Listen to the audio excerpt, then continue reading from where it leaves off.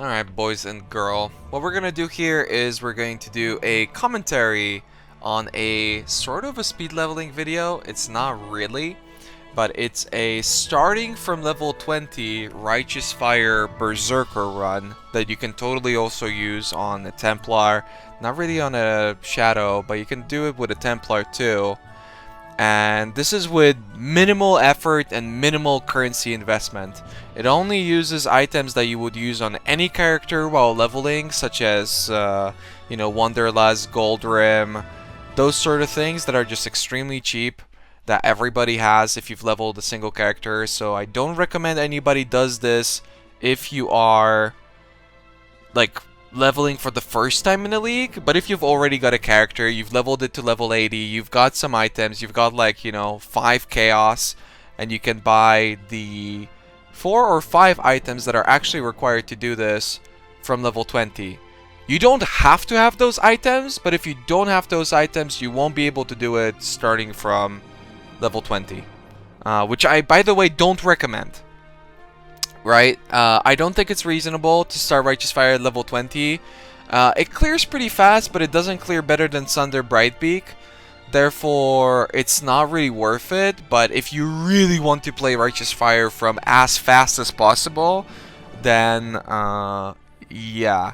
This is what I used, and this is what I ended up with. And you'll see the items in just a second. But for the first part, until we get to level 20, we use Sunder. Obviously, why not? We don't pick up any natural damage nodes. It's all life nodes, and we're trying to get as much regen as possible by heading up to the Templar. And, yeah, again, keep in mind, we will be changing at level 20, but I do not recommend it. I don't recommend it. You should change to Righteous Fire around level 40, in my opinion, to really keep it nice and fast. But yeah, let me just pause here for a second, just so we see all the items. I grab a TP scroll. So again, you've got your basic leveling items with a couple level 40 items. I've got some rings on swap, but none of these items are required, right? These are just things that help you out. Keep in mind you do need something like a career ward. A gold room would be super helpful too, just because this way you can cap your fire resistance. And you don't have to use like Purity of Fire from the beginning, which makes it a little bit better from a mana.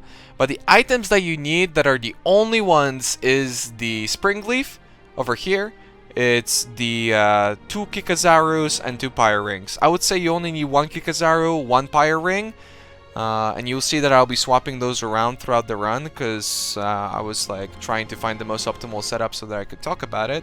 And Shaper's Seed. So really, it's only 4 items that you need, and everything else, again, it's the regular stuff that you would have on like a speed leveling character, or on a leveling character of any sort. I don't use a tabula or anything expensive like that. These are items that you generally just have. I also bought all the gems. So what I talked about before, you can buy all your gems if you've killed Kitava, or you can buy all your gems from Act 6, no problem, and have it all set out.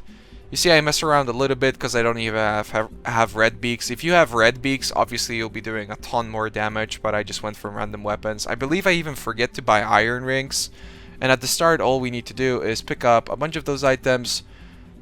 As you can see, I get my Quicksilver flasks too. Those are helpful, but not for that long because sleep time is a thing.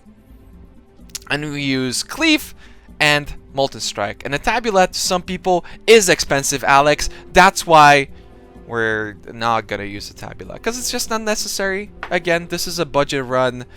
A very unreasonable budget run where we switch way too early, but it still works because Righteous Fire OP. Essentially, yeah. Obviously, if you had a Tabula, the starting part would be a lot faster. Like a lot. Like having a Tabula with melee abilities right now is ridiculous because there's so many things you have to link. Chance to bleed, Ruthlessness, Onslaught, Maim, Added Fire, faster attacks, melee physical, like all these things you have to link. The thing that you want to focus on for any sort of run like this is to get Onslaught as soon as possible. What I really like to do with Cleave is have, you can see that I even only have a 3-link. I don't even have a 4-link. So my links of choice are always the main ability, which in our case is Cleave, and then Onslaught. Because Onslaught, whenever you kill a mob, you have like a 25% chance at level 1 to gain Onslaught, which is a ton of movement speed and attack speed. It works great with leaf slamming, it works great with running, and you can just keep that up throughout the instance. And you only really need to kill enough mobs to keep that up, because every now and then you're going to find a blue pack anyway, so you don't really care. And if you're in a situation like me where you've only got a 3-link and you're really not trying hard, you never really use Molten Strike outside of boss fights, so all you have to do is right before the boss just swap the Molten Strike around to the Cleave and you're set. Obviously you can just buy an abundance of gems and then have 2 setups on a 4-link, or you can just get a Tabula and slap everything into a single one, and then whenever you're fighting bosses, just instead of having your Cleave 6-link, you switch it out with the Molten Strike and you're all good.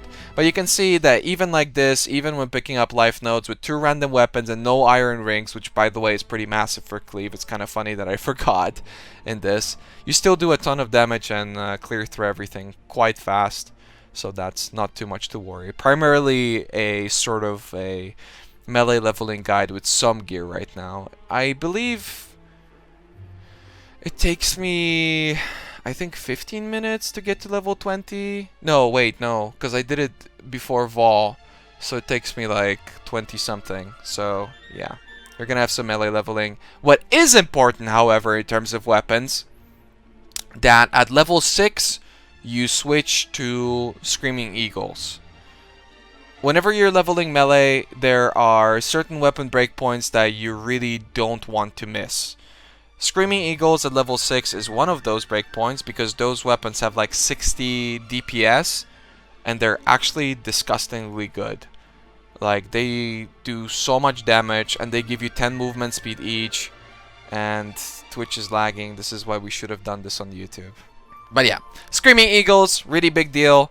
You really want to get those. And after that, really, if you're leveling Sunder, so typically if you're thinking about speed leveling with any sort of melee, you're going to be going for axes. But if you've got some twink gear, it's really unnecessary. Because 1, you've probably got access to a silver flask. 2, you've probably got access to a 4-link. 3, you've probably got access to a 6-link. And because of that, you want to use a Brightbeak. Brightbeak is disgustingly good for leveling melee. Obviously, on this character, we won't be picking up damage nodes, but if you're leveling Sunder and you get a Brightbeak, it's literally to the point where you can use a Brightbeak all the way until maps. And you will be doing more than enough damage, and your leap slam is going to be super amazing. So despite axes overall being better for leveling when you're SSF or, you know, you're starting in a new league and all that, we care about the maces. Which doesn't mean that you necessarily have to pick up mace nodes, but it would be helpful. You can obviously go for the ranger with the dual wield nodes and all of that, but today that's not what we're doing because we want that righteous fire, so we're not picking up any deeps. You can see I hit level 6. I should be switching out my weapons in just a second, and my deeps will go up. I will be one-shotting anything right now, even with these weapons, but yeah, we don't have iron rings, so that makes a pretty big difference, I think. And really, you don't have to worry about your gear all that much. Obviously, when you reach lower prison, it's the same rules as in general. You want to be picking up your maim or added fire depending on your personal preference. I think I'm also using here a Karui ward, which is really nice, but it's not that big of a deal, and later on we're gonna need the Arakutiki for the fire rays. Let's see that I buy maim. I think I realized here that I forgot iron rings, and I finally pick up the Ancestral Protector. I don't realize it. I think I realized it after the Brutus kill, which is pretty awful. Again, you could do a lot better, right? It's not a speed run, and yet we can still get to Kitava and kill him really fast. Also here, as I mentioned before, at first I wanted to do all the trials just to give people an example of what the time's going to be. But I've decided that since, well, you won't be doing this with your first starting character or at the start of a league, that, well, unless you've got friends that could give you a couple chaos, that, you know, I'm just going to skip the trials. It's really whatever. Oh, and I also use a Mega Note, so that makes up for the Iron Rings. Yeah. All we care about right now is reaching level 20 as fast as possible. Don't worry about your gear too much. As long as you've got these, you should be more than safe. Obviously, don't use a chest piece. You want that movement speed boots.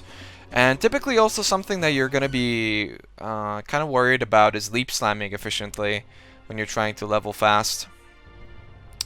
With this character, you don't have to worry about it because you've got Wanderlust and you've hopefully got Adrenaline Quicksilvers. Those really help out. Not on melee, but they really help out when you are already Righteous Fire. So I think at this point I realized that I don't have Iron Rings, and I'm like, oh, okay, I should have probably gotten those Iron Rings. And we're gonna be equipping the thing, and like I mentioned before, all you have to do with your gems is just swap out the Molten Strike with the Cleave. You don't really worry about the Onslaught gem. It's not that big of a deal. Melee is really strong for this, and we're just picking up regen nodes. Pull him to the corner! Molten Strike is really good in a corner. You can use this with any character.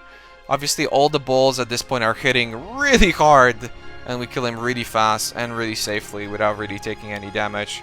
Another thing is that, honestly, in a run like this, I would prefer if you, for instance, have a little bit of currency.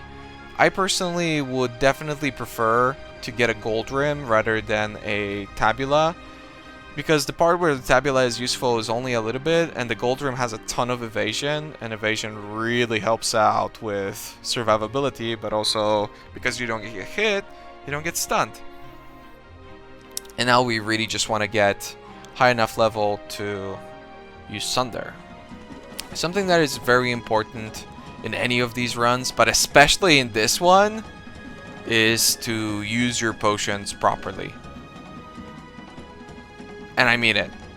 To the point where when Pox had his leveling guide, he had to literally make an entire video about how all you need to do is click your potions.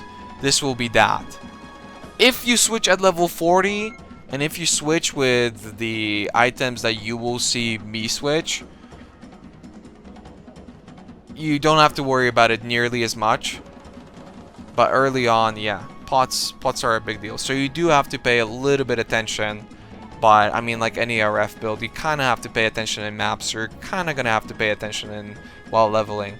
And I think overall, too, another thing is, I think most people can't really fully utilize, like, the power of Sunder. It might seem really straightforward, but running through mobs is also quite straightforward. So that's really where the RF shines. I think it works better with just anybody, rather than Sunder being something more specific to some people. Oh wow, I got the wrong way here. I tricked myself, I debate myself with the Elrond. And yeah, at level 10 you should worry about the Leap Slam, but we won't worry about it all that much because we've got all this mobility stuff. If you really want to go all out right now, obviously you can have 7 League Steps. Yeah, really that's it. 7 League Steps and really good rings. That's the thing that would save you a lot of time. You can see that we're busting through content really fast. It shouldn't take us that long. I do highly recommend, if you have a tabula, to link your totem to Ancestral Protector, because it actually does a ton of damage. If you... oh, that's quite a bit of lag. If you have a 6 link, she will die before she manages to teleport. Takes me a little bit longer, but not too long. I think she doesn't teleport in the second stage. You can see that, as before, I've swapped out my Molten Strike from the Cleave. And she's dead. No difficulty, no problem. Yeah, tons of life, as some people are pointing out. But we do not pick up any damage notes. We don't worry about that. Oh, a Quicksilver drop too. So, level 10. Level 10 is also an important one in terms of melee leveling. Not so much on this character, because, yeah, we don't care. But, on level 10, you can use a princess. So, a princess, as hopefully Hazard will edit it so that you can see everything on the screen. With a princess, you can benefit from the offhand effect, which means that when you use Sunder, you only use your main hand weapon. For that, we're going to use Screaming Eagle. Like I said, they are incredibly good for a really long time. The only thing that outpaces them is Bright Beak, but at that point we're already going to be RF, so we're not going to worry about it. But a princess has 25 to 30% extra cold damage, and this is global, which means that it affects your main hand weapon even when you're not attacking with the princess. And it's a level 10 weapon, so you can use it almost immediately, and it's essentially, because mobs have so little resistance early on, it is essentially just 30% extra damage, which is really sick. When you get to level 12, equip the Sunder, you can get rid of the multi-strike, get rid of the cleave. At this point, nobody cares about those. All you care about is keeping up your onslaught and throwing down with that sick-ass Sunder. I'm just looking around for some blue packs, like we mentioned before, trying to stick to the rules of the general leveling, being over the level of the content by a margin. The rules that I mentioned before about the leveling don't apply as much to Act 2 as they do to Act 1. The reason for that is that there is a lot of back and forth going. You could see that in the start. For instance, I went to the left when I first entered the town. A lot of people like to go to the right. The reason why I like to go to the left is because generally there's a lot more EXP there, and despite the fact that usually you are 4 levels under the zone level is a little bit higher, and there's so many mobs that it's easier for me personally to reach level 12. When I get to Western, I pick up the waypoint, I teleport back to town and go to the right just so I don't fall under penalty, because at that point I would be 5 levels under, and the closest worthwhile zone is Weaver, which we obviously don't want to do 5 levels under, because we're going to be missing out on a lot of EXP. And we want to get that level 20. Also, something that I haven't mentioned with this run is that this is a full progression run. Yeah? Maybe I did mention it, maybe I didn't. So we do everything. We do passive points, we grind, we level up, get all waypoints, whatever you want to say. We do 2 labs. We do normal lab and cruel lab. And essentially your character will be fully ready to map. I end on almost level 67. While only changing my gear once, because I changed my gear at level 40. So the end stats that you will see with this character will not really reflect what its power is, as you might imagine, because I will be using level 40 items. But you are still able to map, and you've got all the skill points, so you're safe to go, and all of that in about 4 hours and 13 minutes, depending on whether or not I will do both part 1 and part 2, if people are interested in part 2, because there's a lot less to talk about. In part 1, there's a lot to talk about. In part 2, there's not that much to talk about. At least yet for me, because I'm kind of, Fall of Oriath is still really fresh. It's still really new. There's still a lot to go through, and I'm still figuring out different layouts and different zones, and I want to be optimal with my runs before I talk about them. So, yeah. Weaver dropping down, doesn't even go up. We kill him instantly. Screaming Eagle OP. And the Princess OP. Alright, so because we already hit level 16, which will happen sometimes on Weaver, we get some stuff. You can see that I do a little bit of experimentation. We still need that level 20. The reason why is because we need those Kikazarus. But we are level 16, so we can get Blood Rage, we can get Herald of Ash. I don't really bother picking anything else up. If you're super tryhard, you can try to get an Arctic Armor, which I probably could have used in this run for the longest time. I don't think you can if you have a 6 link, because we're going to be using Scorching Ray. But, yeah, that's a little bit of a mess up on my part. And something that is the biggest mess up on my part is the fact that I do not level up my Scorching Ray. It is incredibly important that all the gems that you've prepared or are now buying are the appropriate level. So for a big starting part of all of this, my single target will be not bad. It's going to be pretty good because Righteous Fire is just that strong early on. But it could be a lot better if my Scorching Ray was leveled. But when I'm going to be level 20, my Scorching Ray will only be level 1, which is level 12. Which is obviously not optimal. As for the passive points, it's really up to you. I mean, depending on what you're playing. Some people like to help Oak on Righteous Fire builds. Some people like to help Alira on Righteous Fire builds. Not really that big of a deal. I end up helping Oak, I believe, just because it adds up for a little bit of simplicity. And here I make a mistake too. If you look at where the waypoint is, Weaver is always on the other side of the road, while Alira is always on the same side of the road. So you can always immediately know which way you're supposed to go and not waste any time fumbling around the way I did. And maybe a little bit of a quick tip on Alira too. She actually has an AI that forces her to run away from you. So you can see that my Ancient Protector or Protector Totem Ancient thing is like at a certain distance. If you were to put it next to Alira, she would run away from it most of the time. However, in this case, she doesn't. But yeah, for Western Forest, instead of looking for the crack in the road, you can always judge which way it is. I guess I can talk a little bit more about the layout since, you know, for the most part, we're sundering right now. So, Wetlands Layout. A quick tip for Alex again, why not? Wetlands Layout, the exit of the zone is dependent on what position the entrance to the Oak Zone is. You can see that the exit is to the bottom right, so to say. I like to call this bottom layout, let's just go for that.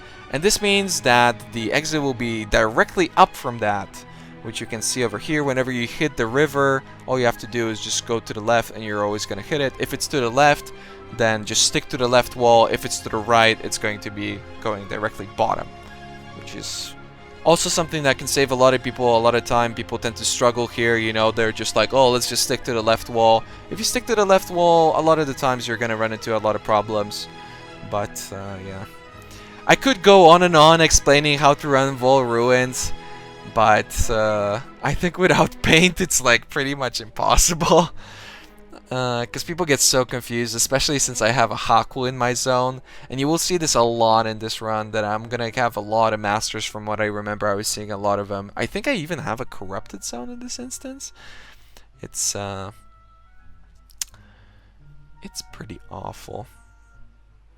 And yeah, if you have an idea of how Vol Ruins should look like, and I highly recommend you check out Engineering Eternity's guides for this, because he has all the layouts mentioned, and once you see the layouts once, you have a pretty good idea of where you need to go at one point. Also, Northern Forest, pretty important zone.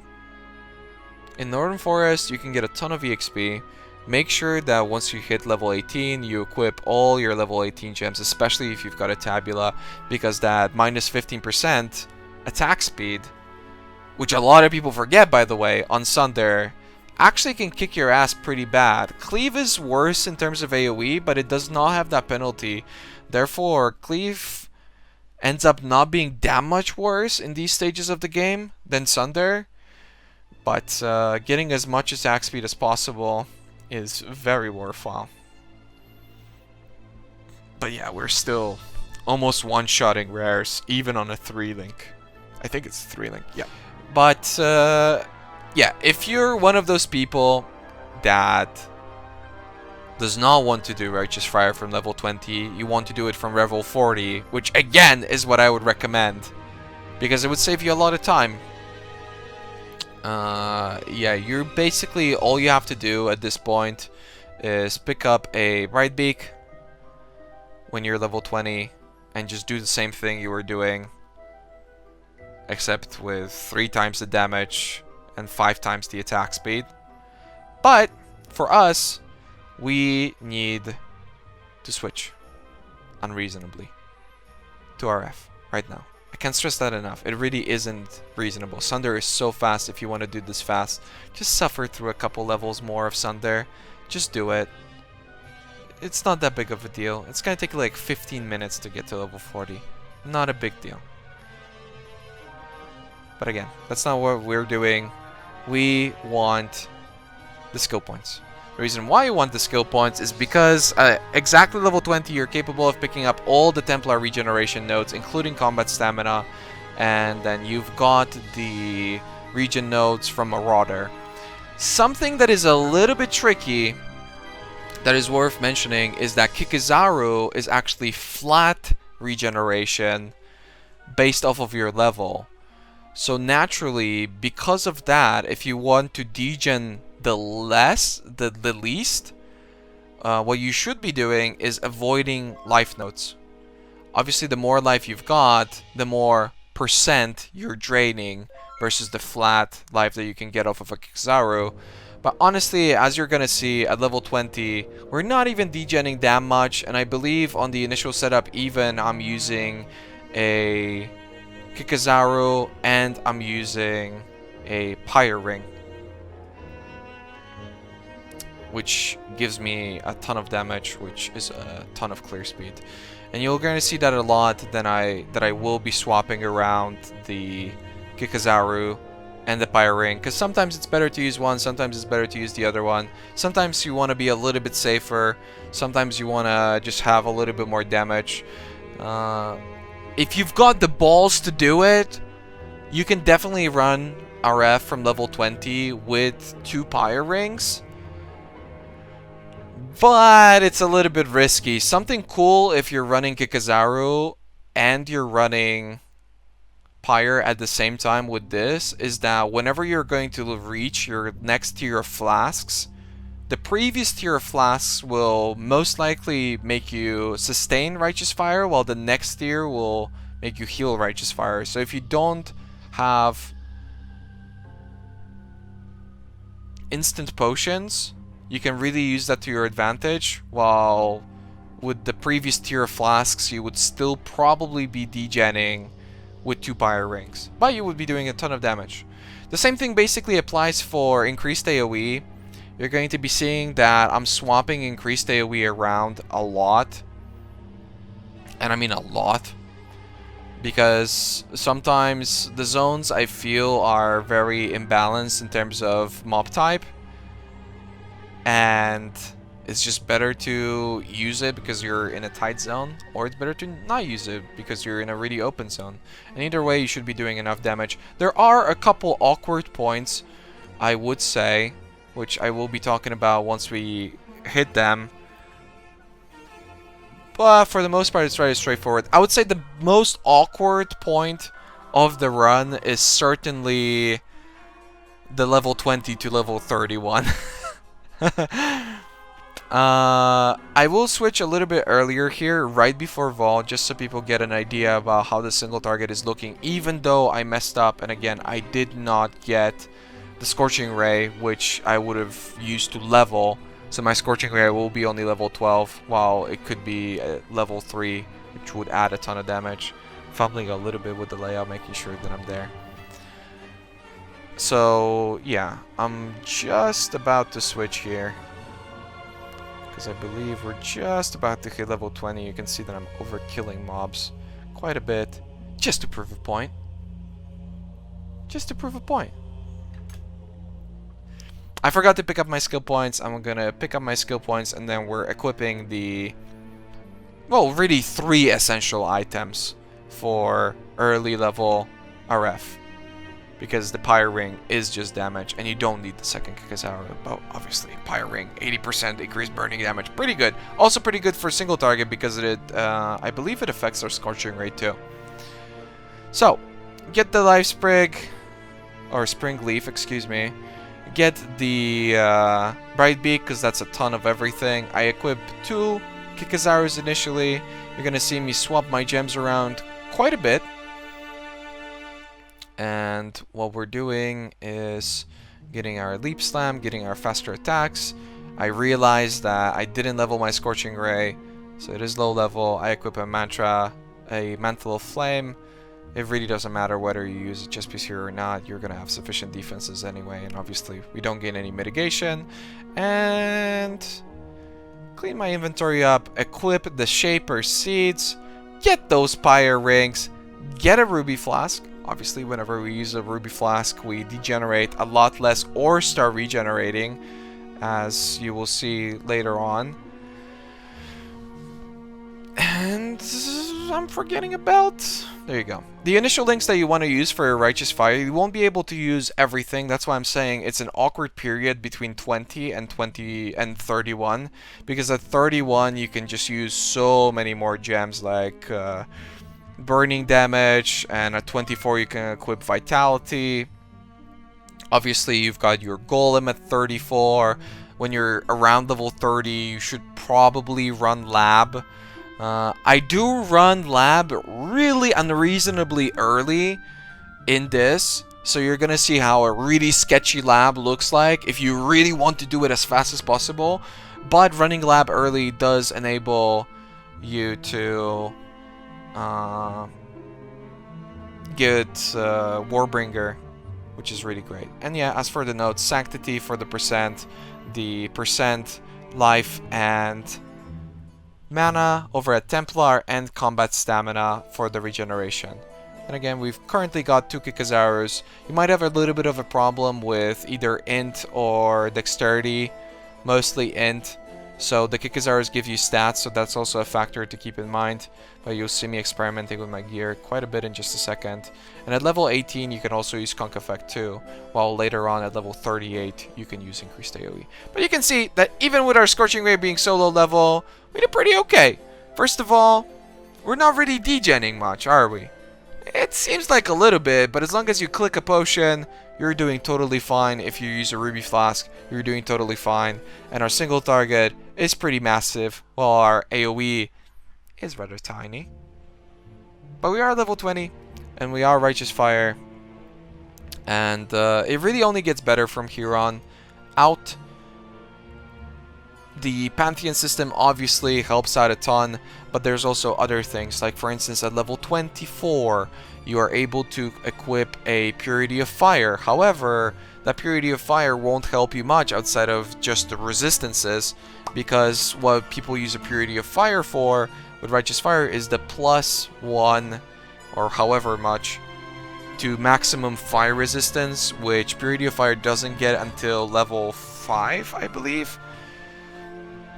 So you're not really going to see me use that, and yeah, that's a pretty good single target. If you remember your Scorching Ray, it's pretty good. So I'm starting to mess around with my gear. You can see that, yeah, you can go for the 1 Kikazaru, 1 Pyre Ring. It works out rather well. And for the most part, mobs die instantly. I believe this is with Conk Effect, and I will be experimenting with that in just a second. But you are basically an RF build, right? You're playing what you really want to play, be playing endgame. I think this is also a pretty okay way to level something like Scorching Ray, right? Scorching Ray RF. There's really a couple builds that you might want to go for this with. Guardian is also pretty alright to level, because I mentioned before Templar, but obviously you can go for both Guardian at level 20 RF or Inquisitor. However, with Berserker, in my opinion, in general, Berserker is probably the strongest. Unless you're doing low life, Berserker is probably the strongest Righteous Fire class right now. And yeah, all of them you can level from the beginning, with only really Shadow being kind of an exception. But even Shadow, I'd have to experiment with that. I'm pretty sure you could also level like this with Shadow, but it would be a lot more difficult with your potions. I mean, if I were to use 2 Kikazarus here, that's like 2% regeneration, so you'd only really have to make it to the Templar, or maybe to MOM. I leveled with Mind Over Matter also on a setup previously, and it was alright, but it was rather annoying because it's always difficult to keep up with your mana regeneration alongside your life regeneration, because you're getting more and more life, but it's a lot harder to scale your mana. Something to really, really watch out for is the flammability, as you might see on my character. That's why the extra gear really helps out. I'm showing off a little bit, killing way too many things. If you do not have overcapped resistances, and you will go below, you will degen really fast, and it will hurt a lot. So be especially careful about that, because it's gonna get you killed. And yeah, even mighty, majestic enemies like Piety crumble underneath our power of a single Pyre Ring. But yeah, I don't use Purity of Fire here early on when I hit level 24, because I don't really need it and I've got the mana to worry about stuff.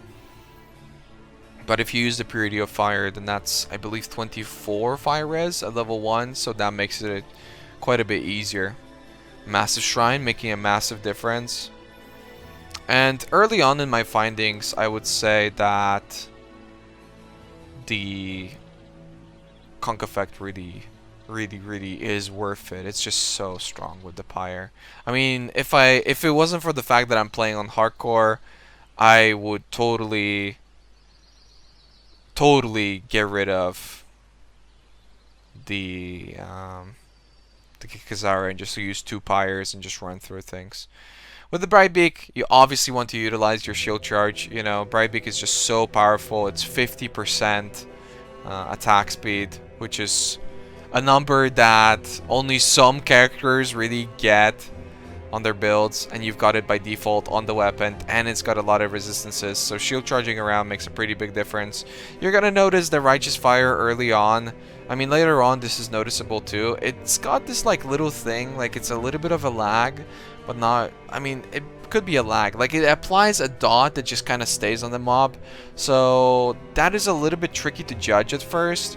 Like how far can you run past the mob? Sometimes you see that the mob isn't in my RF circle and yet is burning, but the damage numbers are just so high that you don't really worry about it. Something that you do have to worry about, however, are your levels. In Act 3, your levels are a lot less easy to manage, and also something that you might see, I'm scrolling over here, is that, yeah, with the level 12 flask, I am sustaining my Righteous Fire, just degenning very slightly, right? Oh no, I think I'm actually regenning very slightly. And with the level 18 flask is when I regenerate. So when I'm going to be hitting level 24, it is imperative, as Gorion would say, that you pick up your flask, because it's just going to make it so much more comfortable, at least until lab. Once you get lab and once you get Warbringer, you've essentially got an instant flask, and yeah, it really helps out a lot.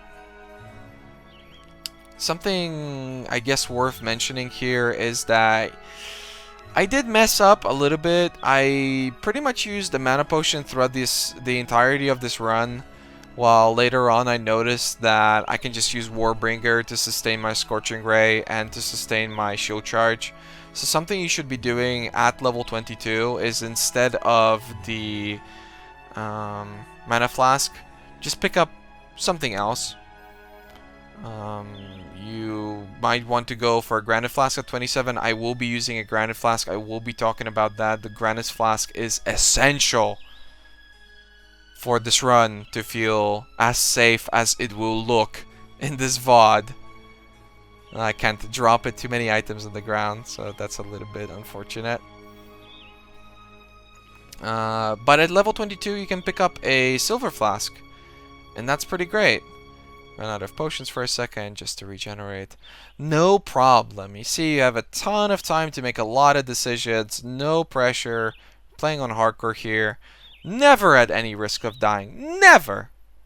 Super safe, even though it's unreasonable to switch at level 20. But like I mentioned before, the levels are a big deal. like a really, really big deal. These guys also cast flammability, so be careful. Because you want to be at least level 24 when you make it to docks. The reason why I run Solaris before I run docks is because Solaris is lower level. If you go into docks, it's a level 29 zone, while Solaris 1 is 27, Solaris 2 is 28. So if you go to docks at level 23, well, it is 6 levels below the zone. Therefore, you're going to be hitting a pretty big penalty. But if you're 5 levels below the zone, docks is just good enough that despite the fact that you're going to be getting like 90% EXP, it'll be totally worth it. But if you go there at level 23, you're not going to be getting any EXP out of docks. Like, we're talking 50%, which really, really, really hurts. It's not 50, it's like 64 to like 72 or something, somewhere between there. But it will hurt you. So make sure that you always run Solaris before you run docks, unless you're over leveled. But if you're over leveled, you've already messed up, and you should be ashamed of yourself. Yes. Risk-free until piety, exactly. But as you can see, the Silver Flask would have made a massive difference. I mean, that amount of mobility, something that I actually recently found out, having not played Scorching Ray almost at all, is that it actually affects the speed at which you apply debuffs too. So if you're looking to dish out as much damage as fast as possible, you really want to have some, at least some cast speed while leveling. And if you can get it for free, the way I could, you should definitely utilize that option. Oh, and maybe some people might be thinking about using Onslaught support, for instance, in Scorching Ray, just to tap the mobs and get Onslaught. It doesn't work. Onslaught only works with the Onslaught support gem, only works with on-kill hits. And since this is a degen, it wouldn't work. This is also the same reason why, despite being really powerful, it's not the best in the game. And what I'm talking about is Essence Drain Shadow. On an Essence Drain Shadow, you can use Contagion to deal with mobs really freaking well, but you can't use Onslaught until you have a Silver Flask, and that will really hurt you. So as you can see, I wasn't picking up notes for a while. The reason for that was exactly what we discussed before. I wanted to avoid life nodes for as long as possible, but since life nodes give us a damage, and this will push me closer to a larger amount of AoE, which is a little bit of a risky strat. I'll talk about the safer strat in just a second. You know, we also pick up Elementalist over there. It's simply worth it, and the AoE will help out a ton. You do hit level 24, you get your Purity of Fire, you get your Vitality.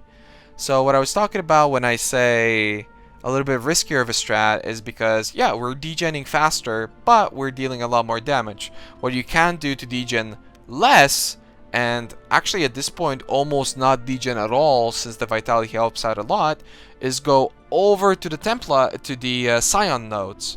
Over at the Scion nodes, heading towards Elemental Equilibrium, you've got Sentinel, which is 1%, and you've got the Scion starting life regeneration nodes, which is, I believe, 3, 4, and 3%. So with that and a Kikazaru, and while not picking up life nodes, you're almost not going to be degenning at this point if you've got your Vitality turned on, which I do. Make sure that you pick up the Purity of Fire and you're leveling it, because as soon as that Purity of Fire is level 5 and it's giving us +1 to maximum fire resistance, we're going to turn it on.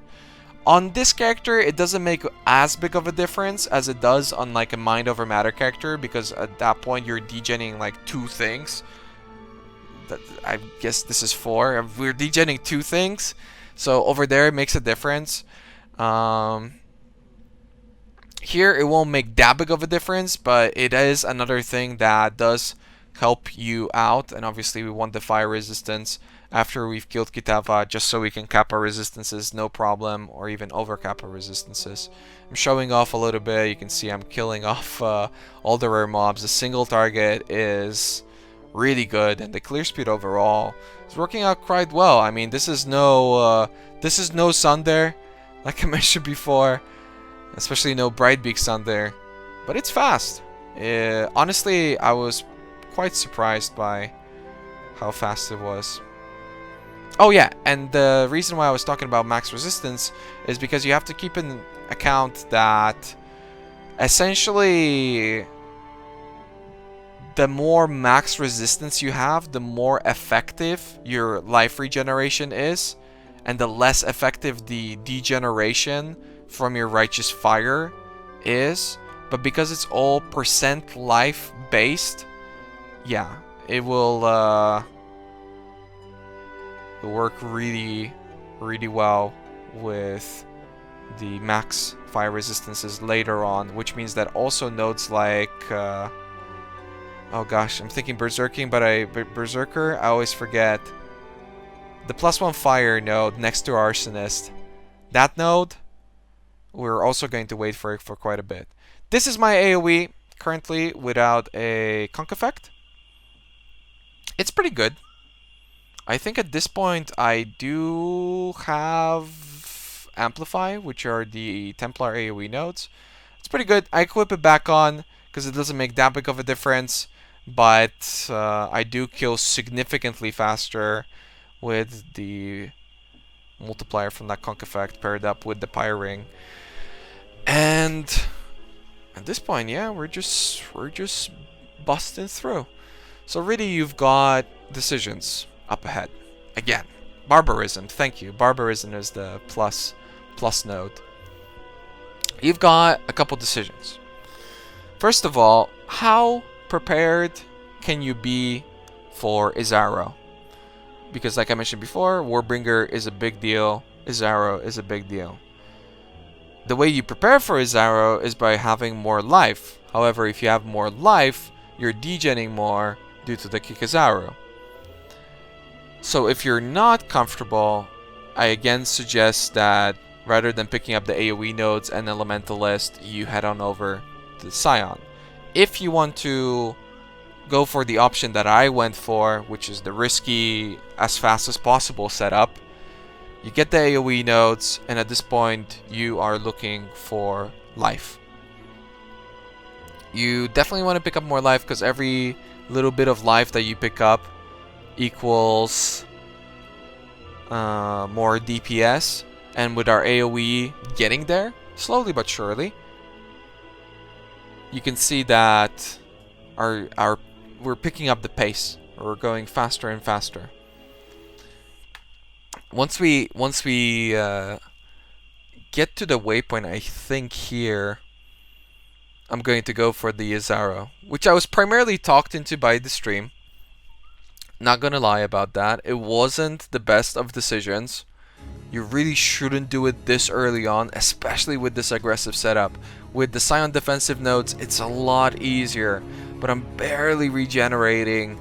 And if you get hit by Izaro, your HP is gonna be down for a long time. So we go for the unreasonable kill. But if you're a reasonable human being, at this point, you should still be Sunder. And these are the breakpoints that I talked about. That yeah, we will be 31 very soon. It would be really easy to do lab with Sunder. And because of that, with Warbringer, you're going to see how much safer this is going to be. Because a lot of people are probably watching this and it seems like I'm kind of dying, but I've got 900 life. But 900 life is not that much to some.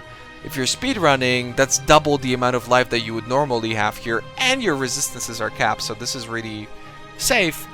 But to some, it's not that safe. So it does look a little bit sketchy. All of this goes away with Warbringer. A big part of that is because, as you can see, I have Enduring Cry, but Enduring Cry is awful. Before Warbringer and before level 31. It is simply awful. I believe the... Not only does it taunt mobs, it does give you endurance charges, which helps out a little bit. But let's be honest, like, physical mitigation this early on doesn't really play much of a role. You're primarily dying to elemental damage anyway, unless you make like a pretty major mistake. And it's got like 0.35 regeneration. The duration of the regeneration, which is substantial, is about 0.35 of a second, which is like nothing. You really, you really don't want to be using it. But when you've got Warbringer, the node leading up to it is 20%, and Warbringer itself is 100% duration. Paired up with level 31 means that you've got increased duration, which is like 180% increased Warcry duration total. And that only keeps going up with levels. I believe it's more. I would see my Warcry, because that doesn't make... No, that does make for over a second. Because you get it, you eventually get to a point where you can just use your Warcry, and it only has a 2-second cooldown with Warbringer. And you can always have the regeneration from during Cry. So yeah, like I mentioned, this is unreasonable. You should not be doing this. The only way we're like recharging pretty okay is because of the Ruby Flask. We do deal a lot of damage, but if you've got difficult fights like these where he's fast with swords and, you know, you have to take your time because you have to kill the golems or you have to kill the lieutenants, it will be sketchy. You can obviously really take your time and use Scorching Ray, but Scorching Ray at this point doesn't deal a whole lot of damage. If you have a Tabula at level 31, it will, but yeah. So if you're smart, really, at the very least, if you're like, no, I am not waiting for level 31 to get Warbringer. At least wait until level 30 so you can get a Colossus Flask and regenerate your life properly. Alright. At least do me that favor. I get it, RF is really fun, but you know, level 30 Colossus Flask helps out. Also, another mention is that Colossus Flask is the first time really, if you care about your currency, and this is a budget run, that is the level at which you should be rolling your flask for instant potions. Because the next flask that you're going to be rolling is at 42. So for a long time you can have a very powerful instant potion. You can see I'm thinking a little bit, where exactly should I go? I've got these 3 passives. I can't really reach anything. I think eventually I go for Arsonist because it's a good combination of damage. The strength nodes are great for, you know, a little bit more life. Arsonist obviously has regeneration on it, and then Barbarism has the +1 fire, which at this point it should be kicking in. But yeah, we've got those gargoyles. Got to take our time killing this. You know, use your potions smartly, and you should have the damage for everything. Also at level 31 we get Fortify, which is a pretty big deal. You can see he's buffed up. He crits me, hits me for 700. That's a lot of damage. Don't do this. Don't do this. Have Fortify. Oh, and also something cool that you can utilize here. You can see that my Ancestral Warchief is still on my bar. Even though we don't have any damage nodes, a 4-linked Ancestral Warchief, or Ancestral Protector, I never replaced the gem, but yeah, Ancestral Protector, Ancestral Warchief, it will do a ton of damage. If you've got a qualityed up Brightbeak, and you've got like an okay Fizz roll, which nobody cares about, like people only care about resistances, but if you want a nice Brightbeak, you want those high resistances, and you want the high physical damage on that shit. And really, if you want to play it really safe and you don't turn on your Righteous Fire, the Warchief and the Scorching Ray will do enough damage. The Warchief will probably actually do more damage than your Scorching Ray. Quite frankly. But all of these stats require a little bit of experience. I mean, unless you're Pox and you're leveling 100 different Righteous Fire characters, you really won't care about this, right? And you're going to listen and change at most at the earliest at level 31. But once we've got all of this, the game will be easier for me, but it's going to be harder for you because you don't have this. And by this I mean War Chief Totem. Or not War Chief Totem, excuse me, Warbringer. Another thing is, obviously, at level 31, the 4-link... Ooh, that was sketchy. We start to use a 4-link. So we can use increased burning damage on both our Scorching Ray and our Righteous Fire.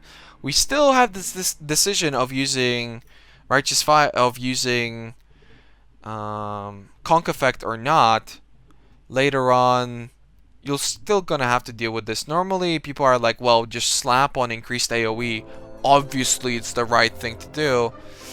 You'll see that the damage doesn't exactly turn out like that unless you are level 40, at which point I would recommend that you equip your life items that we talked about before, or you're using 2 Pyre Rings, which is also pretty scary. Yay. We've done Lab! You can see that his arrow is actually quite simple. He doesn't hit for a lot if there's no additional mods, but the additional mods with 2 swords can make it quite sketchy. You get some items, get Berserker, and like I mentioned before, no, you don't want that. You want Warbringer. You want that Warbringer, so your Enduring Cry heals you up for 25% of your life, and it heals up 25% of your maximum mana. And this, all of this paired up with Enduring Cry will make a massive difference. Really massive difference. Because now it's instantaneous. And a lot of people also think that you have to hit mobs or something with your War Cry to be able to enable this. No.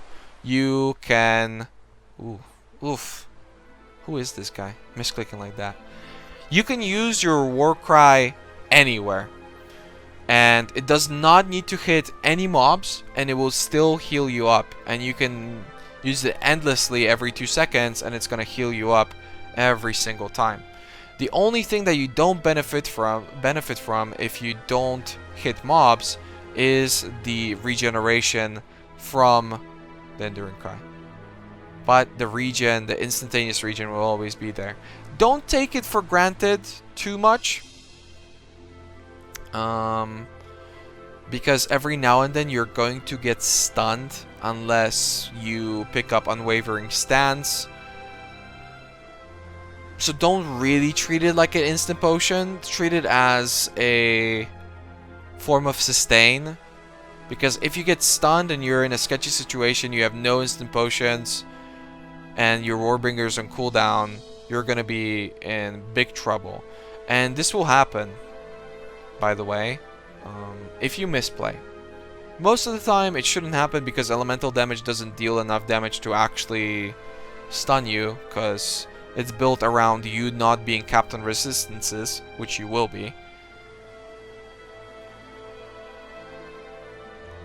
But if you don't have a Granite Flask cap, physical damage can still stun you.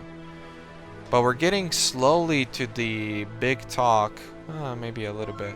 To the big armor talk. I'm sorry, boys. I have to break it to you.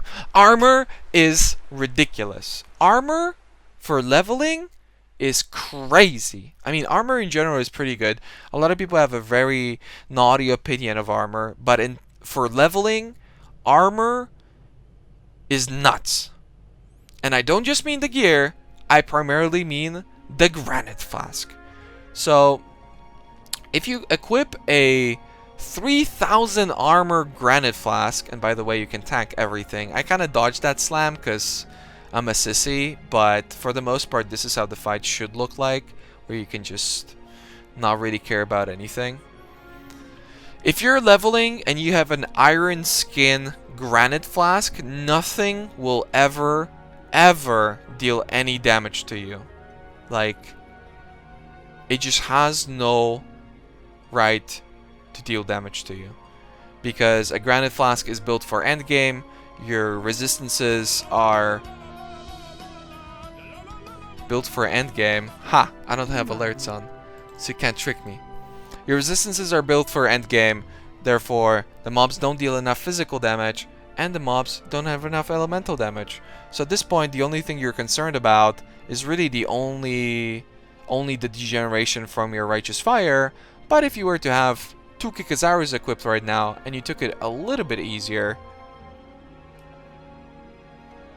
I think with Arsonist, you shouldn't really be degenning. Like, you can see over here that I'm just barely degenning. Just barely. I'm not even using a 30 flask yet, and I'm doing quite well. With a ruby flask up, I'm actually regenerating without having to use my potions.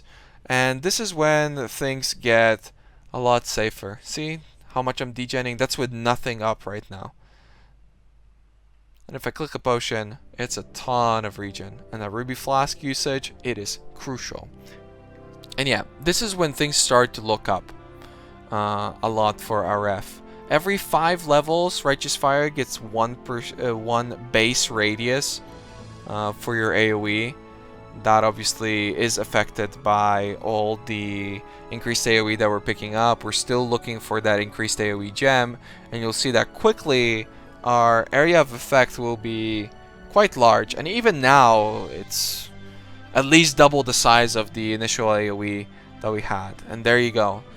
Here come the Granite Flask. And an instant Colossal Flask too. Like I mentioned before, instant level 30 flasks are pretty crucial. Act 4 can be sketchy. If you mess up on your flask sustain, if your Granite isn't up, if your Ruby isn't up, you're not quite regenning, you're watching TV, you know, Path of Exile TV meta. You know, sometimes you gotta slam those flasks, and that's exactly what we do.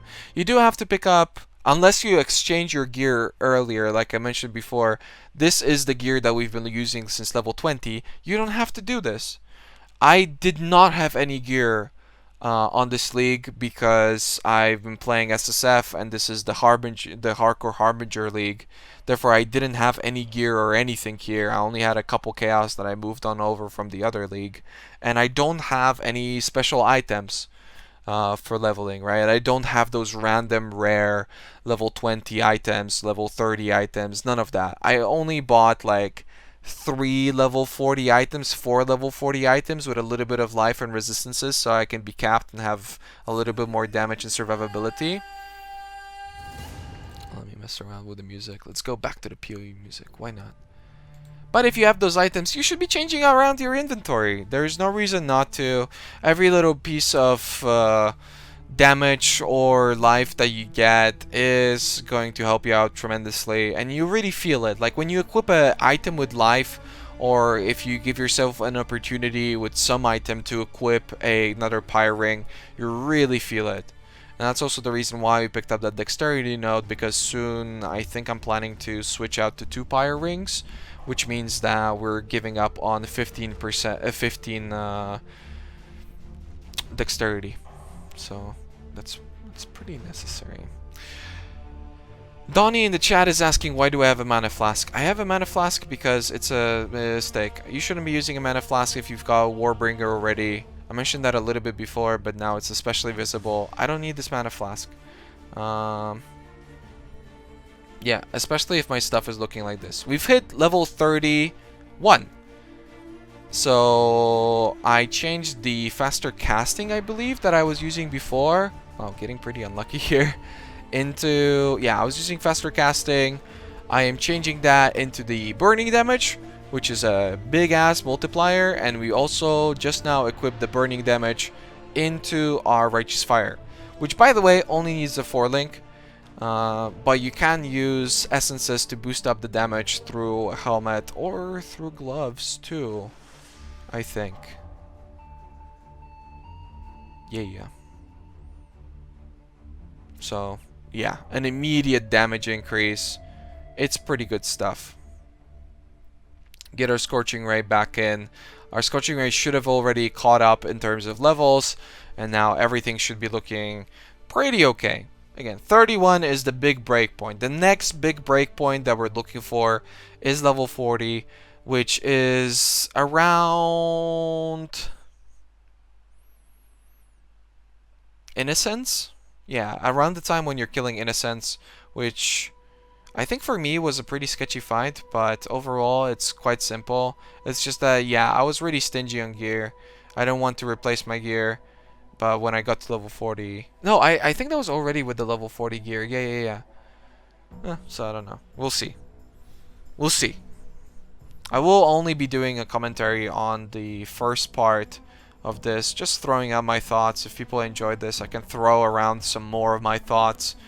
In the second part, obviously this is fully recorded and you can watch the full run on my YouTube.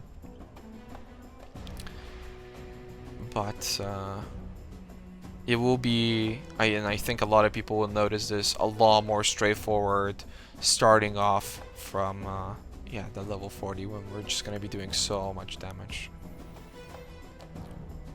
The most important part of everything, equipping those MTXs, increasing my AoE. I actually just now noticed that I don't have Righteous Fire MTX on. I think I equipped it, but I'm not exactly sure. And yeah.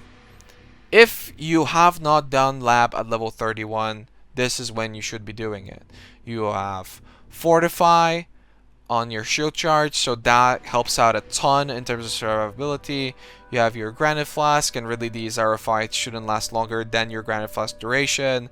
You've got a lot of damage, quite a bit of AoE. You can still use that Ancestral Protector. You're safe. Yes, Purity of Fire is still off at this point. I think it's level 38 when your Purity of Fire hits level 5, which gives it +1 max resistances. Until then, don't worry about it. Don't use a mana pot. I use a mana pot.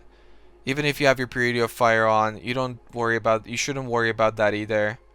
Ugh, blind much? You should just use your Warbringer and always have that mana, and instead run around with a Silver Flask. But again, it's one of those things where, you know, I'm talking about this and you guys can see that there are some mistakes made in this, and even though it's not a try-hard run by any means, you can still get there really fast. I mean, we've done lab. We're heading over to Izaro, to Dareso currently, and we're only at 1 hour and 12 minutes. That's pretty fast. Not a whole lot of characters can do something like that, which is nice. But the skips that you could do is, if you have a blink arrow, you can actually jump from this entrance over to this entrance without triggering any of this. So this entire phase that you guys are looking at right now, and that's a big ass dead end. This could have been avoided, which is a pretty interesting skip. You can only really do it with Lightning Warp and Blink Arrow. I think I'm forgetting something too. But Lightning Warp and Blink Arrow, and if you are over leveled, it will save you a bunch of time. It's also going to be a big boy comb skip that I don't think I go for because I don't have the gems and, you know, speedrunning life. But, ooh, what did I do there? Was I not? I think I de-equipped a Pyre Ring once I equipped the burning damage. So you can see that I'm equipping back the Pyre Ring. That's also probably why I was just not degenning at all. But I'm greedy. I love the deeps. You guys should use 2 Kika's arrows and clear slightly slower, but significantly safer. But I love the deeps, so I go for it. Ooh, what is this? I go back to Highgate. Ah, yes. Another big part of all of this is Stone Golem. So some people might forget, but Stone Golem actually has flat regeneration. And at level 34 with our current setup, with the gems, with the gear that I've got, which, yeah, doesn't really have a lot of life except the Belt of the Deceiver and the Loctonials, it's pretty substantial. It's almost 2%. It's almost as good as 2% regeneration node.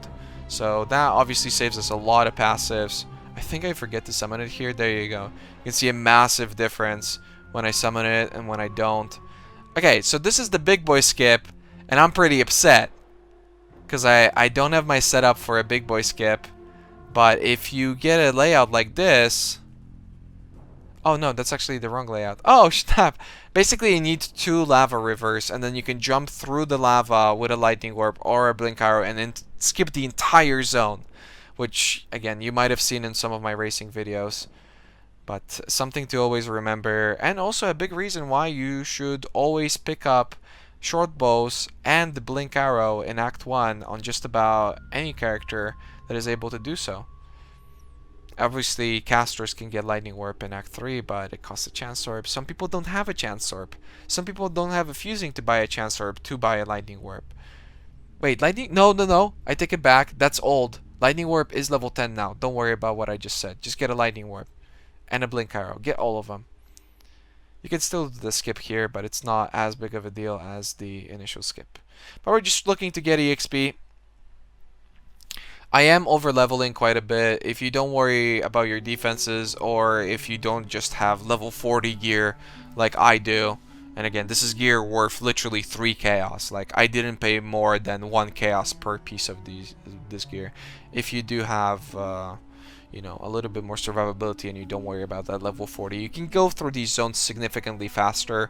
I'm just looking for EXP right now just to be sure that I am level 40 on Innocence, so that I can trivialize all of the Act 5 content, which is still fairly new and it's causing a lot of problems to a lot of people. It is short, but that Innocence and Kitava fight are a little bit tricky. Obviously, I'll be talking about the mechanics of them once we get there, just so people have a little bit of a better idea. And yeah, every time I try to wait with nodes just so that the generation from our Kikazaru, our regeneration from the Kikazaru, and now also from the Golem, is as good as it can possibly get.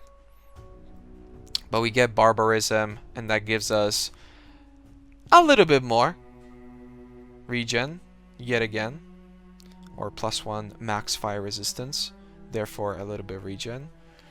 Oh yeah, something important that is being noted in chat, you can use Fragile Bloom for 2% regeneration. However, there are breakpoints for something like that, because you do take more damage, so there's definitely something to keep in mind, that sometimes it might be beneficial, sometimes it might not. I personally didn't go for it, I didn't bother, I went for the straightforward nodes, and we're at Comb. Comb is pretty simple for us. I mean, yeah. I think I used Enduring Cry once. He obviously doesn't do any damage to us. We've got a ton of life, we've got a ton of regeneration. Pop that Ruby, use your Enduring Cry, and he won't be able to do anything. For the most part, he's going to be attacking your Golem too. The Resto, however, a little bit tricky. With some of your guys' setups, you might not be capped on cold resistance, so that is definitely something to look into. Cold resistance is super important on this fight. It should still not be a problem, because you've got 1100 life with level 20 gear. You could have more, so that's a lot of life. Most people are doing this fight with 700 life. Something that is a decision at this point too. I did go for the Arsonist, and I did go for the AoE, and I did go for the Barbarism, but obviously the Barbarism and the Arsonist are a little bit more of... it's a little bit of both, right? We're getting both survivability and damage, but something to keep in mind is that despite our single target looking pretty okay, if we went to the Scion, we could have Elemental Equilibrium at this point. But a problem that some people will run into is, despite the fact that they have Elemental Equilibrium, they won't have any damage on their gear. So be sure to either slap an added lightning into your shield charge setup just to be comfortable, or use an Orb of Storms just to be comfortable, or what you can also do is just find a random ring, get a random ring, and maybe Mastercraft, or that ring already will have lightning damage on it, and then that way you can enable EE2. It is important that it is on attacks, so that way you can always apply it with shield charge and you don't have to bother like putting down an Orb of Storms or something like that. You're basically just moving through the mobs while applying EE at the same time. Jesus, too much talking. Which is great, but also make sure that if you have EE, that you do not have any fire damage, because if you EE fire, your RF will deal a lot less damage. There you go. Another good question is, why don't you rush towards Duelist for Master of the Arena and Golem's Blood? So, in my personal opinion, the better balance is between Templar and Marauder. The Duelist side of things is rather far away, and it is only 1% regeneration. To pick up Golem's Blood, you have to spend 5 travel nodes to get there. And even though I believe it's got like 1.8% regeneration, I don't think I pick it up throughout the entirety of this guide, just because unless you're going to play Righteous Fire, which I wasn't, I'm just making a guide for people, it's simply not worth it. The only reason, in my opinion, why Golem's Blood is worth it as a node is because eventually you can replace the regeneration with like something more worthwhile and like get it off in other pieces. But the big thing is jewels.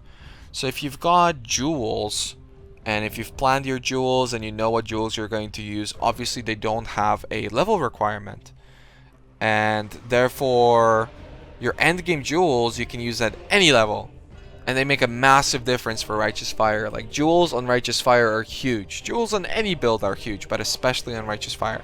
So, because of those 5 travel points, I don't think it's good to go to... it's decent to go to Master of the Arena, but Golem's Blood is simply too far away, and you can pick up other nodes that are more worthwhile and focus more on possibly getting either the regen nodes from Scion while maintaining your stats, or you can through there go to Elemental Equilibrium, or you can rush Overcharged, which paired up with a Critical Strikes gem in your shield charge and in your Orb of Storms will give you Elemental Overload pretty much at all times, increasing your damage by 40%.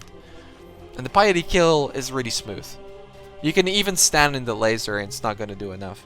But I've got PTSD, so I did go for the dodge. These guys are really a joke. You can see that, yet again, the Mana Potion is not even getting used. I really should get rid of it. There are many options that you can use here. I would go for the Silver Flask, which I think eventually I do. But you can also use a Jade Flask. You can use whatever you want. Oh yeah, something interesting on Malachi, I guess. A lot of people get very sketched out about Malachi, right? It's this guy that hits you possibly sometimes for a lot. Some people have died on him. And the biggest mistake that a lot of players make when running Malachi is they try to stay away from him. And as you can see with this run, on the initial phase you do have to dodge a little bit. But the big mistake is people try to stay away from him. They can't quite see him. He has really good tells for his attacks, but he also has a lot of sound cues. And so what you really want to do is apply that Fortify, make sure that you've got it up at all times, and stay really, really, really close to him. Because if you are close to him, he will never throw those balls at you or anything like that. And you've got more control over where the traps are, and while you're still dealing damage with Righteous Fire and you think that there's too many traps around you, you can just spawn your golem on top of them, which will pop the traps, which is also incredibly useful. But in general, you want to be applying Fortify. You can see that I pretty much have it at all times. You want to be using your Enduring Cry, which by now has an over 2-second duration, and just stay close.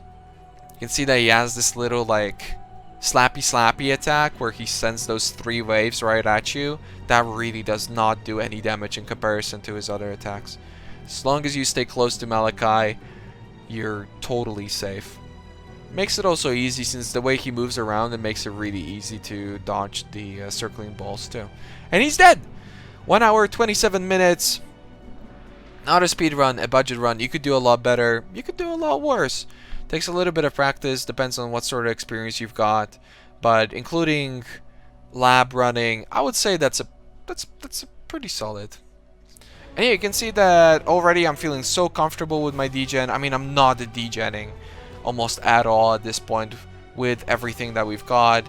I do have my Purity of Fire now, which gives me +1 max resistances, and even when I'm not using potions, it's totally fine.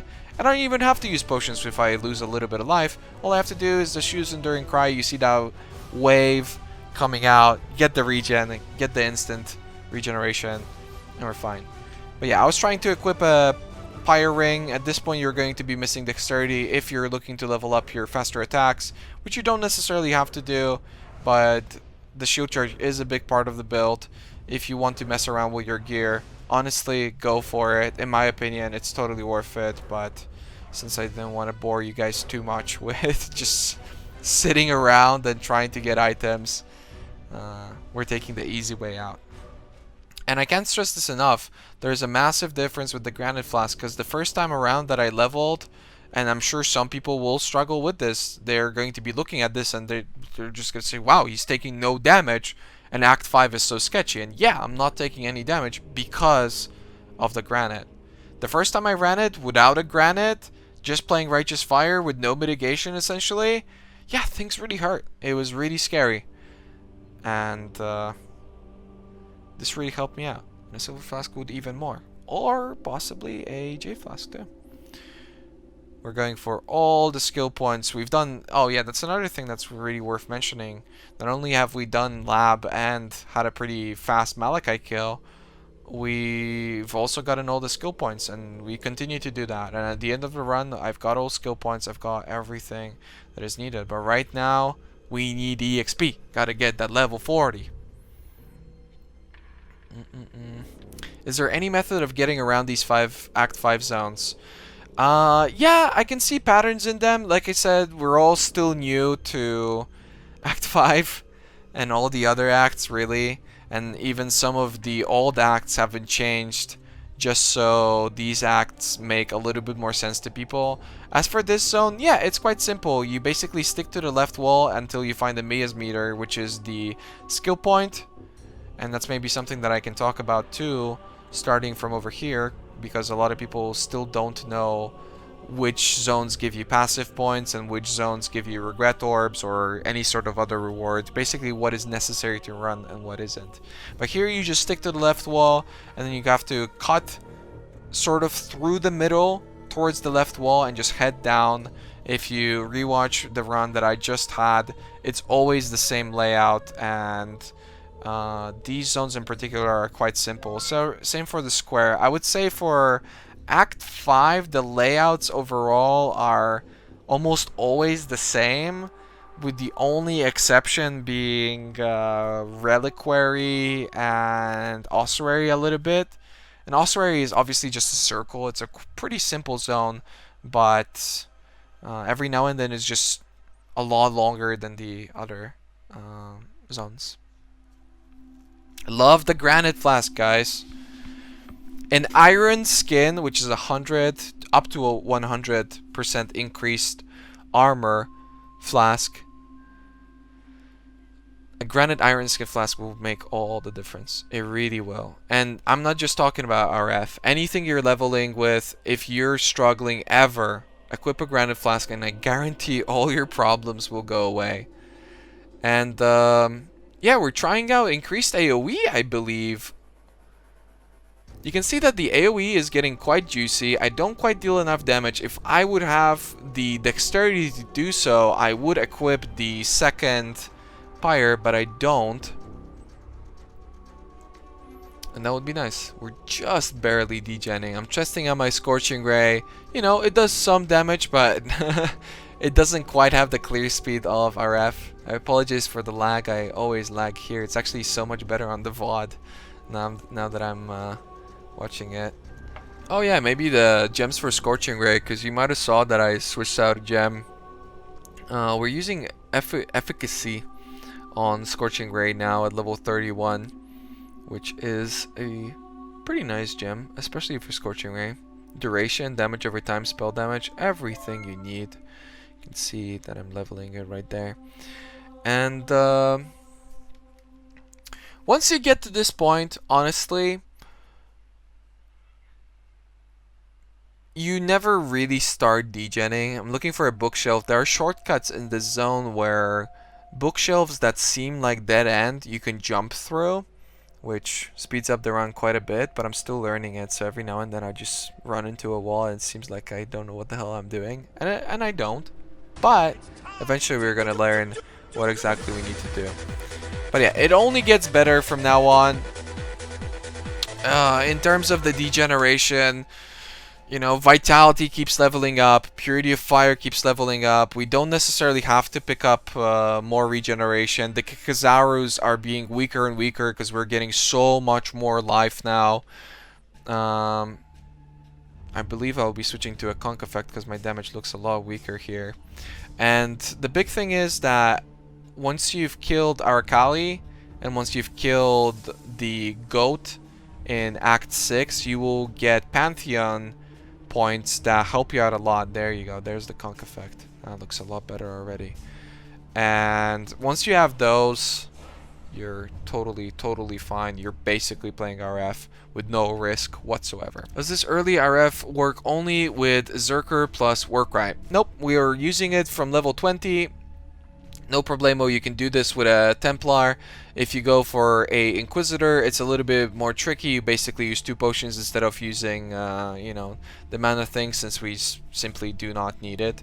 You don't even have to have it linked. The primary reason why we're using Scorching Ray is for debuffing the mobs so that our Righteous Fire deals more damage rather than actually dealing damage with the Scorching Ray itself, since we don't pick up any spell damage or really burning nodes early on anyway.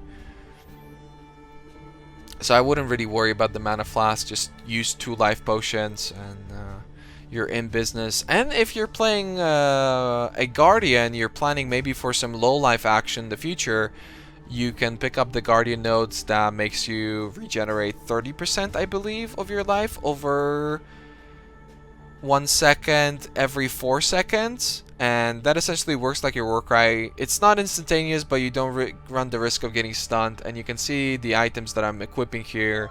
They're not crazy, guys. Alright, 1 chaos item. Oh, this is the big one, actually. Let me talk about this in a second.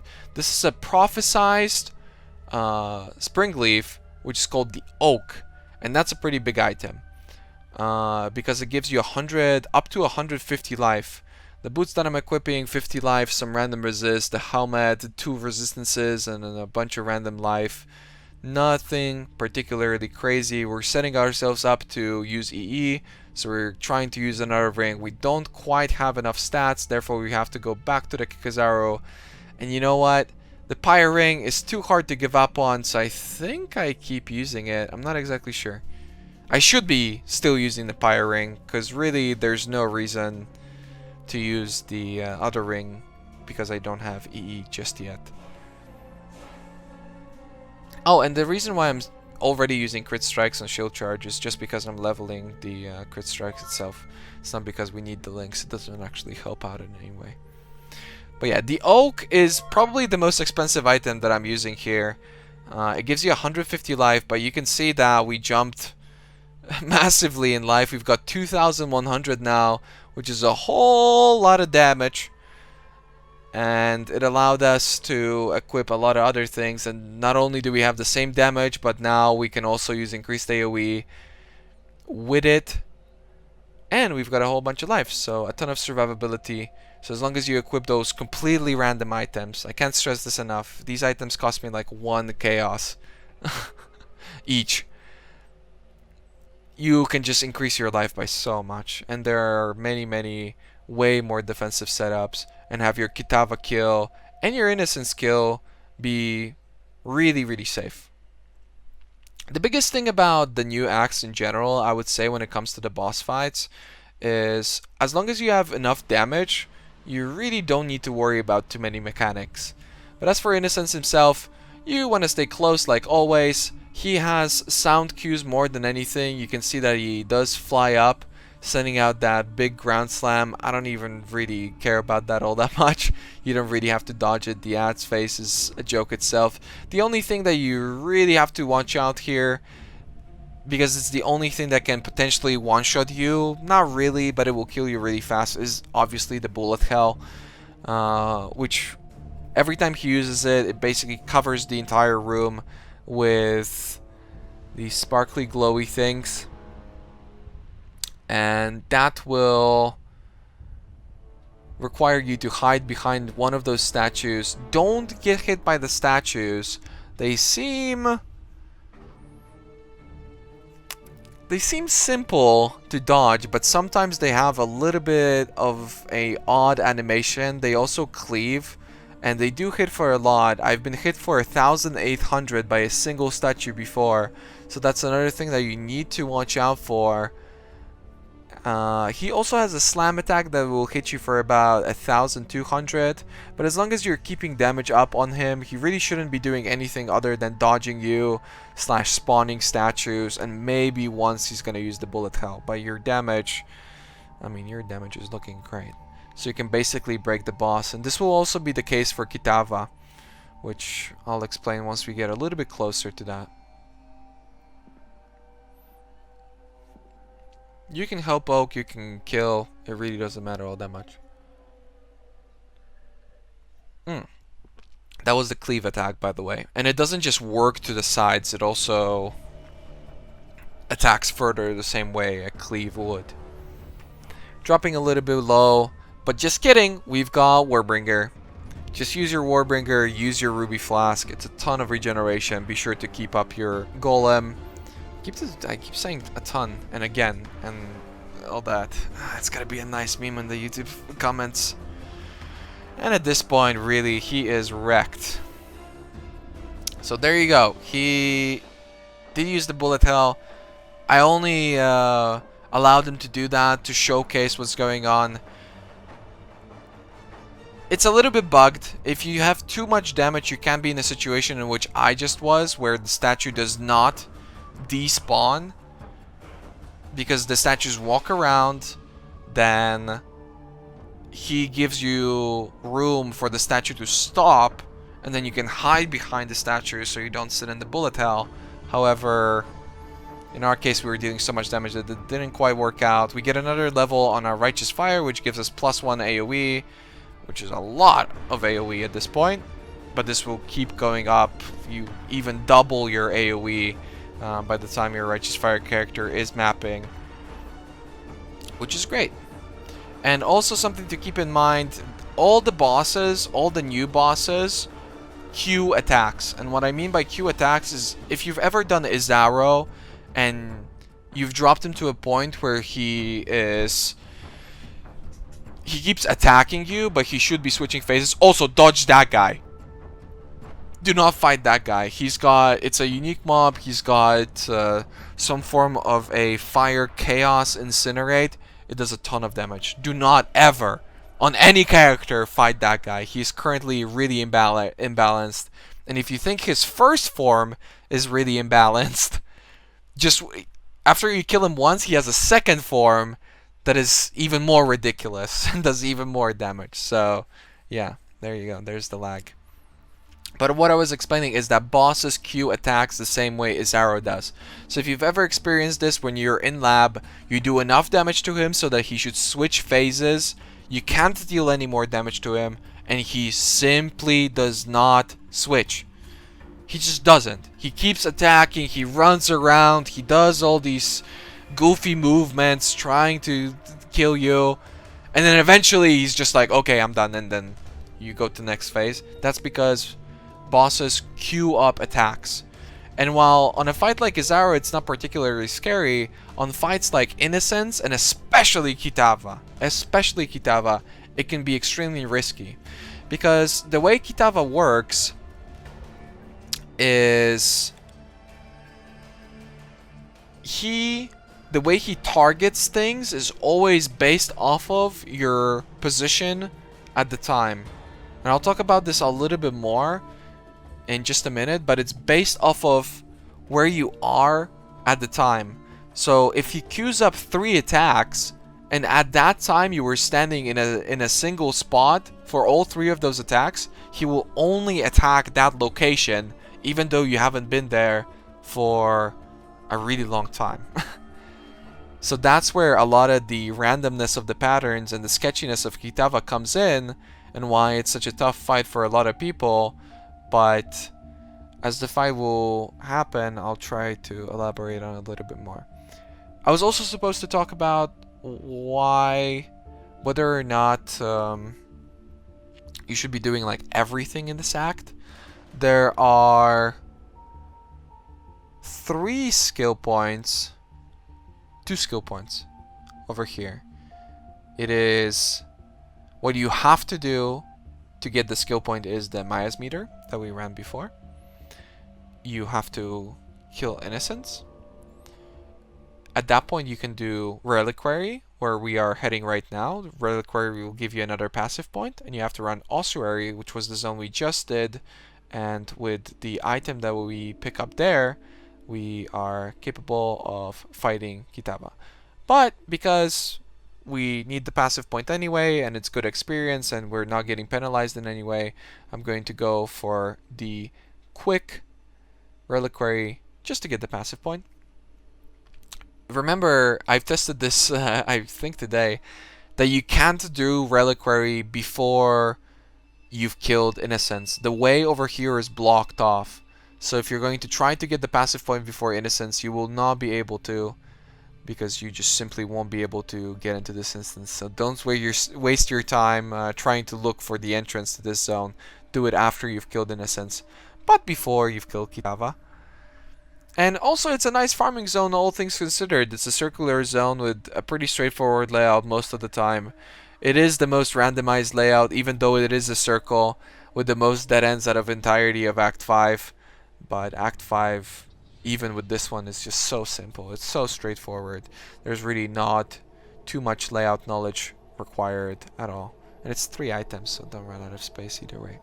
Arcane Surge. Yep, you can use Arcane Surge to boost up the damage of your Scorching Ray. Do keep in mind, because some people also get confused about this, that even though Righteous Fire gives us a more spell damage multiplier, Righteous Fire itself does not deal spell damage, therefore we can't increase the damage of it through spell damage.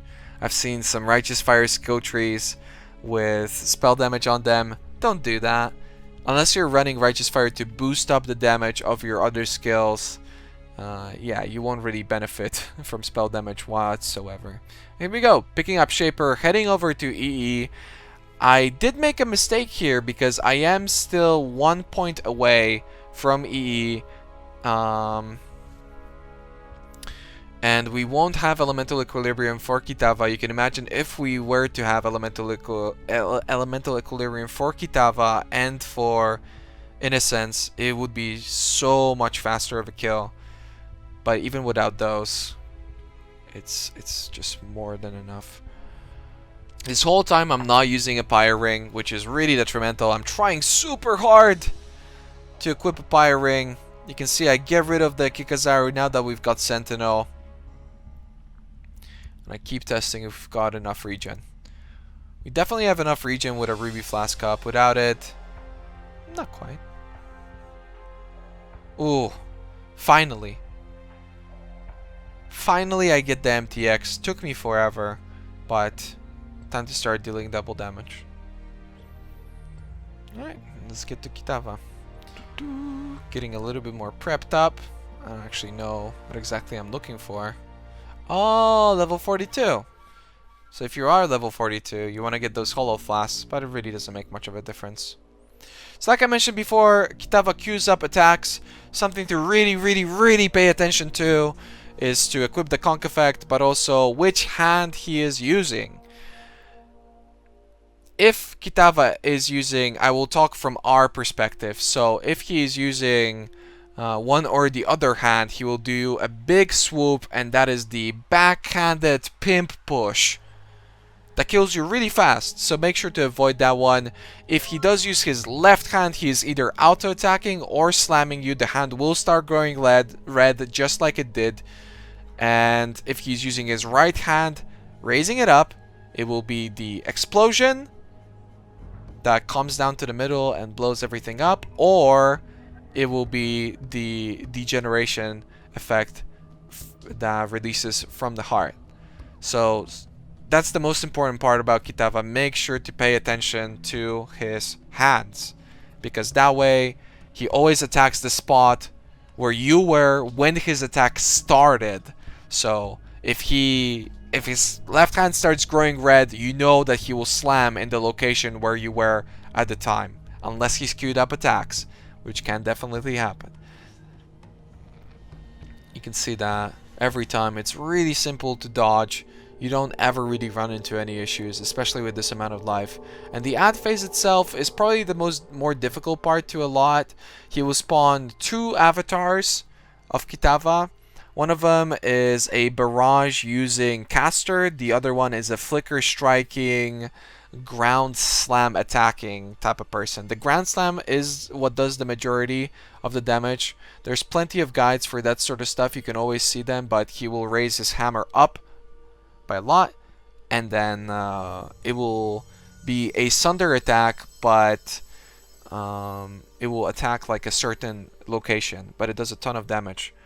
And as for the caster, every now and then he will use a barrage, and that barrage is the majority of the damage because it stun locks you. You're just standing there taking a ton of damage. Another Kitava attack that I didn't mention is if he reaches underneath, and this one really is the easiest one to dodge. If he reaches underneath, he will throw barrels at you, and that one is super easy to dodge, but more than any of the other attacks, he will attack the exact location in a little bit of an AoE where you were standing the second he started making his move. So always be aware where you were a second before Kitava starts any of his attacks, because that's where it will all be hitting. But yeah, all things considered, imagine this with EE, it would have been a really simple fight. And yeah, I think that's that, boys. You have an idea. Everything gets a lot easier from now on. You want to be doing all the gods. You want to be getting all the Pantheon, especially the Arakali and the Goat one, because those will help you tremendously with sustaining your RF. I believe I don't degen at all. But that's something to check out in part 2. As for part 1, we are done. So hopefully this was informative. If you guys want a part 2, I don't know. If you're watching this on YouTube, write it in the comment section below, because I'm not that motivated to do it. There's not that many things to talk about, but if you want to hear me rambling on for a little bit, I'll gladly do it. If you want to check out the rest of this run, it does end up with level 66 on an Act 10 Kitava kill with a character that is fully ready to map, with the Cruel Labyrinth alongside the normal one while being ready for the Merciless one. You can check out the VOD in the description, or probably the VOD somewhere on the screen, or otherwise part 2 if it's ever going to be uploaded. Yay. Thanks for watching, boys. Bye.